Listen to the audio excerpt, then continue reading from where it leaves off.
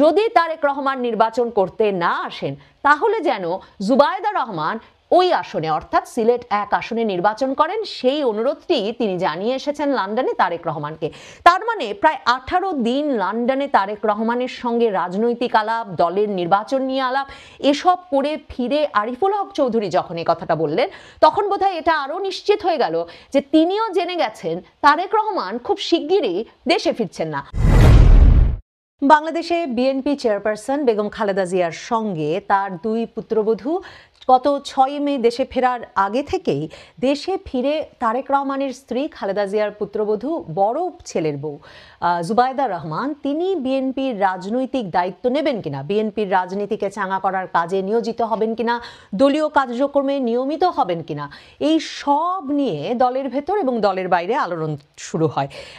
এর প্রমাণ হিসেবে 6 মে যখন বিএনপি নেতাকর্মীরা জড়ো হন হাজারে হাজারে বেগম খালেদা জিয়াকে এয়ারপোর্ট থেকে তার গুলশানের বাড়ি পর্যন্ত যাওয়ার পথে স্বাগত জানাতে, তখন ব্যানারে স্লোগানে বারবার জুবায়েদা রহমানের নাম ফিরে ফিরে আসে। এরপর প্রায় সপ্তাহ 2 চলে গেছে বটে, কিন্তু এখন পর্যন্ত জুবায়েদা রহমানকে বিএনপির কোনো রাজনৈতিক কর্মকাণ্ডে অংশ নিতে দেখা যায়নি, কিংবা বিএনপির শীর্ষ নেতৃবৃন্দের সঙ্গে কোনো সাক্ষাৎ, আনুষ্ঠানিক বা সৌজন্য সাক্ষাৎ করতে দেখা যায়নি। তবে জুবায়েদা রহমানকে নিয়ে আসলে জিয়া পরিবার সত্যি সত্যি বিএনপি দলটির দায়িত্ব নেবেন কিনা, তারেক রহমান দেশে ফিরে আসবেন কিনা, এখন যেহেতু বিএনপির নেতাকর্মীদের ভেতরে একটা বিরাট অংশ 5ই আগস্টের পর 9 মাস পেরিয়ে যাওয়ার পর বুঝতে পারছেন যে তারেক রহমান খুব শিগগিরই ফিরবেন না, তাহলে জিয়া পরিবার কি দলটির সত্যিকার অর্থে দায়িত্ব নেবে, নাকি জিয়া পরিবারের প্রতিভূ হিসেবে তারেক রহমান রিমোট কন্ট্রোল দিয়ে দলটিকে সেই বিদেশ থেকেই পরিচালনা করতে থাকবেন, সেই প্রশ্নটি আরও জোরদার হচ্ছে। আর আশাবাদ যে বিএনপি নেতাকর্মীদের মাঝে যায়নি তার প্রমাণ সিলেট জুড়ে, সিলেট 1 আসন থেকে যাতে জুবায়েদা রহমানকে মনোনয়ন দেওয়া হয় সে কারণে তার ছবি দিয়ে পোস্টার ছাপানো হয়েছে এবং দেয়ালে দেয়ালে সে পোস্টার শোভা পাচ্ছে। আসলে বিএনপির চাঙা হতে এখন জিয়া পরিবারের দায়িত্ব নেওয়া বা জিয়া পরিবারের কোনো একজন সদস্যের এসে দলটিকে সত্যি গুছিয়ে তোলা, চাঙা করে তোলা কেন জরুরি? দেখুন, 17 বছরের বেশি সময় ধরে 2008 সাল থেকে বিদেশে আছেন বেগম খালেদা জিয়ার উত্তরাধিকার তারেক রহমান, এবং তিনি এখন পর্যন্ত দেশে ফিরবেন কিনা সে বিষয়ে অনিশ্চয়তা কাটেনি, বরং আমি যেটা বলছিলাম একরকমের নিশ্চিত হয়ে যাওয়ার ইঙ্গিত পাওয়া যাচ্ছে যে তিনি আপাতত ফিরছেন না। অন্যদিকে এই দলটির যে কোনো স্থানীয় নেতৃত্ব গড়ে উঠতে পেরেছে গত কয়েক বছরে তার কোনো প্রমাণ দেখা যায় না। প্রত্যেকটি ভার্চুয়াল সভায় কিংবা দলের স্থায়ী কমিটির সভায় সভাপতিত্বের মাধ্যমে বোঝা যায় যে তারেক রহমানই লন্ডনে বসে দলটির নিয়ন্ত্রণ রাখতে চাইছেন। কিন্তু 5ই আগস্টের পর থেকে যে খবর ক্রমাগত শিরোনাম হচ্ছে যে দলটির ভেতরে বিশৃঙ্খলা বাড়ছে, দলের নেতা কর্মীরা চাঁদাবাজি সহ বিভিন্ন সহিংসতায় জড়িয়ে পড়ছেন, জামায়াতে ইসলামী আঙুল তুলে, এমনকি এনসিপি নেতারা আঙুল তুলে বিএনপির দিকে বারবার বলছেন যে তারা সারা দেশ জুড়ে চাঁদাবাজি করছেন, সহিংসতা করছেন, এবং বিএনপি সেটা অস্বীকার করতে পারছে না, কারণ তারা একের পর এক দলীয় শৃঙ্খলা ভঙ্গের অভিযোগে ব্যবস্থা নিচ্ছে বটে, কিন্তু সে ব্যবস্থায় কোনো কাজ হচ্ছে না। এমনকি দলের ভেতরকার সংঘর্ষে, অন্তর্ঘাতমূলক সংঘাতে আসলে অনেক সদস্যের প্রাণ যাচ্ছে সারা বাংলাদেশ জুড়ে।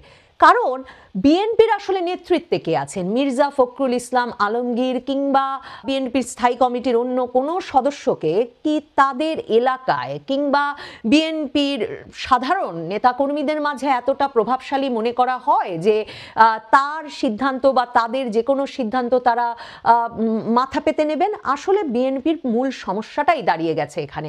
2018 সালের নির্বাচন যখন ভার্চুয়াল সভার মাধ্যমে সাক্ষাৎকার নিয়ে পুরোপুরিভাবে নিয়ন্ত্রণ করলেন, কে কোথায় মনোনয়ন পাবেন সেটা পুরোপুরিভাবে নিয়ন্ত্রণ করলেন তারেক রহমান।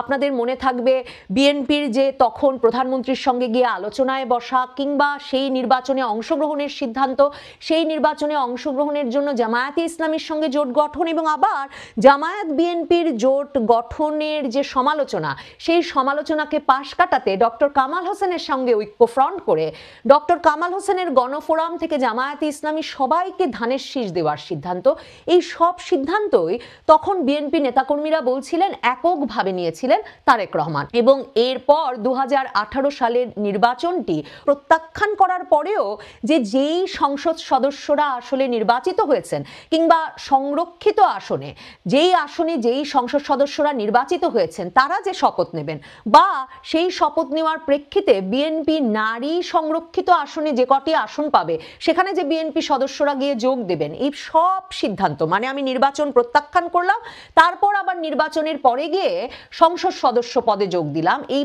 পুরো বিষয়টি তারেক রহমান তখন পরিচালনা করেন। এবং সে সময় সেবার কথা ওঠে যে অনেক ক্ষেত্রেই ত্যাগী নিবেদিত প্রাণ নেতার জায়গায় বিভিন্ন আসনে তিনি দলের ভেতরে একেবারেই তার সিদ্ধান্তে যে শুধু অন্য ব্যক্তিকে মনোনয়ন দেন তাই তো নয়, এমনকি অনেক বিএনপি নেতার শক্ত আসন তিনি জামায়াতে ইসলামী কিংবা ডক্টর কামাল হোসেনের প্রার্থীকেও 2018-তে ছেড়ে দিয়েছিলেন। সে সময়ে বিএনপির সিনিয়র নেতাদের সঙ্গে দূরত্ব হওয়ার খবরগুলো বেরিয়ে আসতে থাকে পত্রপত্রিকায় বিএনপির ভারপ্রাপ্ত চেয়ারম্যান তারেক রহমানের সঙ্গে। যেমন আপনাদের অনেকের হয়তো মনে থাকবে যে চট্টগ্রামে তার আসনটি হারিয়ে বিএনপির সাবেক পররাষ্ট্রমন্ত্রী অত্যন্ত প্রবীণ নেতা জনপ্রিয় নেতা মোরশেদ খান সে সময় বিএনপি ছাড়েন। এই 2018 নির্বাচনের পর থেকে দেখা যায় যে তারেক রহমান লন্ডনে বসেই আসলে সারা বাংলাদেশে বিএনপি ছাত্রদল যুবদলের কমিটিগুলো পর্যন্ত গঠন করছেন এবং সে কারণেও তিনি স্থানীয় নেতাদের সঙ্গে কোনো কিছু আলাপ করে নেওয়ার প্রয়োজন বোধ করছেন না। সেই প্রেক্ষিতে তখন মওদুদ আহমেদের সঙ্গে এক ভার্চুয়াল সভায় তার যে সরাসরি এই অসন্তোষ নিয়ে আলাপ হয় সেটাও কিন্তু পত্রিকায় বেরিয়ে এসেছিল। মওদুদ আহমেদ নোয়াখালীর তার নির্বাচনী এলাকায় কমিটি গঠনে তার সঙ্গে আলাপ না করায় বিস্ময় প্রকাশ করলে ভার্চুয়াল সভায় তারেক রহমান সরাসরি বলে দিয়েছিলেন যে বিএনপি মওদুদ আহমেদকে নমিনেশন দিলে তিনি নমিনেশন পাবেন, এমপি হবেন, কিন্তু কে কোন কমিটিতে যাবে সে বিষয়ে যাতে সিনিয়র নেতারা কোনো কথা না বলেন সে সিদ্ধান্ত তিনিই নেবেন। সে সিদ্ধান্ত তিনি নিয়ে যাচ্ছেন বটে, কিন্তু আগস্টের পর থেকে দেখুন এই খবরও কিন্তু বেরোচ্ছে যে অনেকগুলো কমিটি সারা বাংলাদেশ জুড়ে বিএনপি ছাত্রদল যুবদলের যে গঠন করা হচ্ছে, পুনর্গঠন করা হচ্ছে, সেগুলো কিন্তু এলাকার নেতাকর্মীরা মেনে নিচ্ছেন না এবং তার ফলে অন্তর্ঘাত বাড়ছে, তার ফলে সহিংসতাও বাড়ছে। এগুলো সামাল দেওয়া আসলে তারেক রহমানের কাছ থেকে পূর্ণাঙ্গ দায়িত্ব না পাওয়া নড়বড়ে নেতৃত্বের বিএনপির পক্ষে কিছুতেই সম্ভব হচ্ছে না। মির্জা ফখরুল ইসলাম আলমগীর, মির্জা আব্বাস সহ এই নেতাদেরকে কখনো বিএনপির তৃণমূল নেতাকর্মীরা বিএনপির প্রকৃত নেতা হিসেবে মেনে নেয়নি, কারণ মির্জা আব্বাসের বিরুদ্ধেও তো এক সময় দলে কিভাবে পরিচালনা হচ্ছে তা নিয়ে বেফাঁস মন্তব্য করায় শৃঙ্খলা ভঙ্গের অভিযোগে ব্যবস্থা নেওয়া হয়েছিল।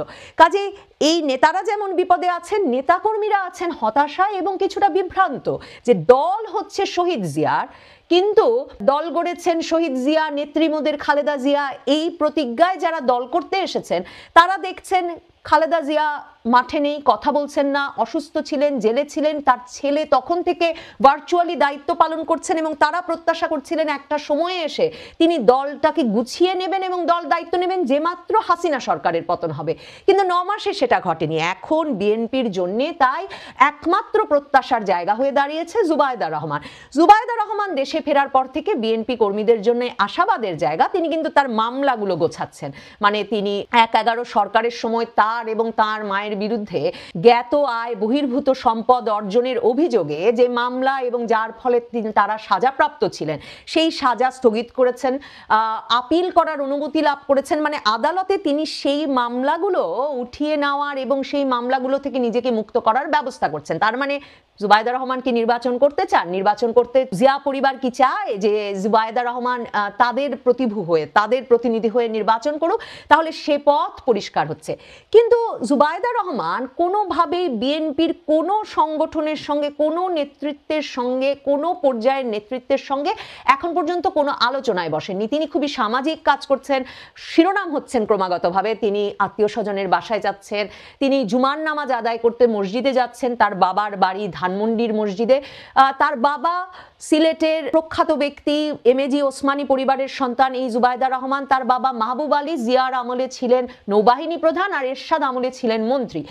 কাজেই সিলেটে জুবায়েদা রহমান বিএনপির প্রার্থী হতে পারেন, সেটা স্বাভাবিকভাবেই দারুণ চাঞ্চল্য সৃষ্টি করেছে। কিন্তু এ আলাপ উঠল কোথা থেকে? এ আলাপ কোথা থেকে উঠলো, মানে কে এই পোস্টার সারা সিলেট জুড়ে ছাপিয়ে দিল, এবং সত্যিই কি জুবায়েদা রহমান আসতে যাচ্ছেন কিনা, এই জল্পনার মধ্যে জানা যাচ্ছে সিলেটে বিএনপির প্রভাবশালী নেতা এবং সাবেক মেয়র আরিফুল হক চৌধুরী লন্ডনে এসেছিলেন। কারণ ওই যে তারেক রহমানই যেহেতু আসলে নিয়ন্ত্রণ করেন কে কোন আসনে মনোনয়ন পাবেন থেকে দলে কে কতটা প্রভাবে থাকবেন, সেই পুরো বিষয়টা লন্ডনে এসেছিলেন নিশ্চিত করতে যে সিলেটের সবচেয়ে মর্যাদাপূর্ণ আসন সিলেট 1-এ যাতে তাকে মনোনয়ন দেওয়া হয়। কিন্তু ধারণা করা হচ্ছে সেই মনোনয়ন পেতে যাচ্ছেন খন্দকার আব্দুল মুক্তাদির। এই আশঙ্কায় আরিফুল হক চৌধুরী তারেক রহমানকে সরাসরি বলে এসেছেন যে তিনি যেন সিলেট 1 আসন থেকে নির্বাচন করেন, কারণ বাংলাদেশে প্রচলিত আছে যেই দল সিলেট 1 আসন থেকে জিতবে সেই দলই সরকার গঠন করবে। এই অবস্থায় এই অনুরোধ যে তিনি করেছেন সেটা কিন্তু তিনি সংবাদ মাধ্যমে কোনো রাগঢাক ছাড়াই বলেছেন।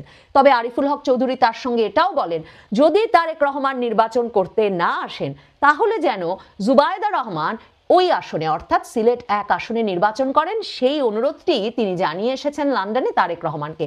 তার মানে প্রায় 18 দিন লন্ডনে তারেক রহমানের সঙ্গে রাজনৈতিক আলাপ, দলের নির্বাচন নিয়ে আলাপ, এসব করে ফিরে আরিফুল হক চৌধুরী যখন এই কথাটা বললেন তখন বোধহয় এটা আরো নিশ্চিত হয়ে গেল যে তিনিও জেনে গেছেন তারেক রহমান খুব শিগগিরই দেশে ফিরছেন না। আমাদের উপমহাদেশে ভারত, পাকিস্তান, বাংলাদেশের রাজনীতিতে আসলে আমরা বারবার দেখি যে পরিবারগুলো যদি রাজনৈতিক দলগুলোর কেন্দ্রে না থাকে, মানে যেই পরিবারগুলো এই রাজনৈতিক দলগুলোতে সবচেয়ে প্রভাবশালী কিংবা প্রতিষ্ঠাতা হিসেবে কাজ করে, তারা যদি না থাকেন, তাদের উত্তরাধিকার যদি দলগুলোর ভেতরে নিয়ন্ত্রণে না থাকেন কিংবা নেতাকর্মীদের সঙ্গে ঘনিষ্ঠ আলাপের ভেতর না থাকেন, তাহলে আসলে দলগুলোকে গুছিয়ে আনা যায় না। আমরা দেখেছি যে সোনিয়া গান্ধীকে, গান্ধী পরিবারের পুত্রবধূ সোনিয়া গান্ধীকে কংগ্রেস দলটিকে কিভাবে ধরে রাখতে হয়েছে, এবং তারপর নানা রকম সমালোচনা চলছে বটে যে রাহুল গান্ধীর সেই ভারতের রাজনীতি নিয়ন্ত্রণের মতো রাজনৈতিক প্রজ্ঞা আছে কিনা, কিন্তু বছরের পর বছর ধরে আসলে রাহুল গান্ধীকেই কংগ্রেস দলটিকে ধরে রাখতে কাজ করতে হচ্ছে। ভুট্টো পরিবারে ভুট্টোর পর মেয়ে বেনজির ভুট্টোকেও যখন আততায়ীরা হত্যা করলো তখন মাত্র সদ্য কিশোর বিলাওয়াল, সেই সদ্য কিশোর বিলাওয়ালকে কিন্তু আবার ফিরে এসে তার সেই পিপলস পার্টির, পাকিস্তান পিপলস পার্টির, ভুট্টোর পিপলস পার্টির দায়িত্ব না নেওয়া পর্যন্ত ওই দলটিও গুছিয়ে বসতে পারেনি। কিংবা নওয়াজ শরীফের দল, সেই দলটিও এখন কিন্তু মোটামুটিভাবে তার পরিবার দিয়ে চলছে। শ্রীলঙ্কা থেকে শুরু করে আসলে বলা যায় দক্ষিণ এশিয়ার এই উদাহরণটি বারবারই দেওয়া যায়। আসলে পৃথিবীর নানা দেশে এই উদাহরণ দেওয়া যায়। এখন যখন বলছি তখন মনে হচ্ছে দক্ষিণ পূর্ব এশিয়ায় উদাহরণ দিতে পারবো, মার্কিন যুক্তরাষ্ট্রের উদাহরণ দিতে পারবো। এই অবস্থায় আসলে কি বাংলাদেশে জিয়ার দল বিএনপিতে তারেক রহমান দেশে ফিরে এসে দলটিকে গুছিয়ে না নিলে, কিংবা তিনি যদি আসতে না পারেন, তার আসার ক্ষেত্রে যদি কোনো রকম বাধা এখনো থেকে থাকে, তাহলে কি জিয়া পরিবারের কোনো সদস্য এই দলের পূর্ণাঙ্গ দায়িত্ব না নিলে দলটিকে চাঙা করা সম্ভব?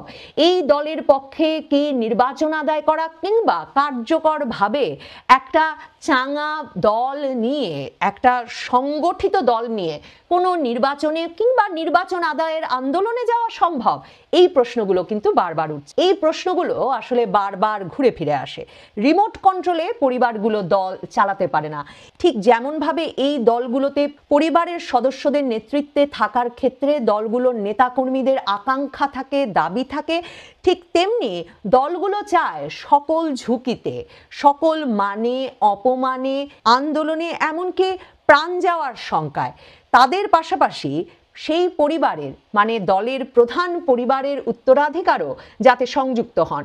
কাজেই সেদিক থেকে তারেক রহমান যদি আসতে নাও পারেন বিএনপিতে, আমার মনে হয় স্বাভাবিকভাবেই বিএনপির ভেতরে জুবায়েদা রহমানের প্রতি প্রত্যাশা বাড়ছে। এ আলাপ তো আসলে 2018 নির্বাচনের আগে থেকেই ছিল যে জুবায়েদা রহমান ফিরবেন, তিনি এসে দলের দায়িত্ব নেবেন। এ দফায় জুবায়েদা রহমান বা জিয়া পরিবারের কেউ দায়িত্ব না নিলে শেষ পর্যন্ত বিএনপি নির্বাচন আদায় করে নিতে পারবে, সে প্রত্যাশাতেই বোধহয় গুড়ে বালি।